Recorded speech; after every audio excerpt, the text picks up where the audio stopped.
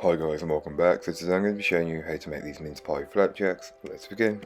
To get started on the recipe, you'll want to grab yourself a medium or small saucepan, and into it place your butter, the golden syrup and the light brown sugar, and then just place it onto the hob over a medium-high heat and allow everything to melt, stirring constantly so it doesn't catch on the bottom. While you're waiting for that to melt, you can then go ahead and grab yourself a large mixing bowl, and into the mixing bowl place your oats, followed by your fruit, and just mix it all together until it's fully combined.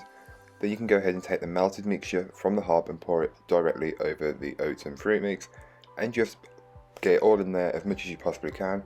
Then give it all a very good mix together. Just fold it in until everything is fully coated. You will know when it's ready as it's got a more golden colour. Just around halfway through, you'll want to add in some mincemeat. This is optional, but I really want to add to that mincemeat flavour. Fold it in until everything is fully combined.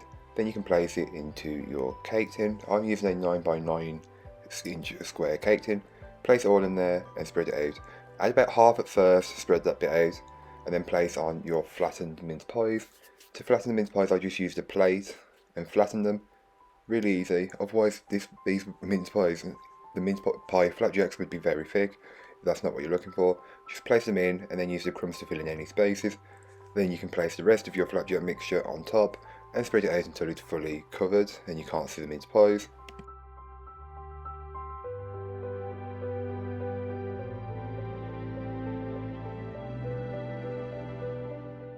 You can then go ahead and place it into your preheated oven and bake it off. I will leave all that information in the blog post, which will be linked down below. Then once it's baked and fully cooled, you can then start to slice it up. I do recommend putting these in the fridge for a bit first, as it makes them easier to cut up.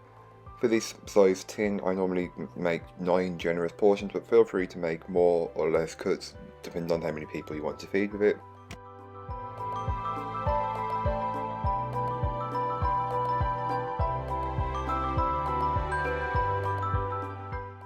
So here are what the flapjacks look like. You've got that perfectly recognisable golden top, then you've got that really dense gooey kind of just goodness in the middle, and as you can tell, running through the middle is a layer of what looks like rub. It's not, it's the pastry. So thank you so much for watching. I hope you enjoyed. If you did, don't forget to like, comment and subscribe for more from me, and I'll be back again soon with another recipe, so join me then.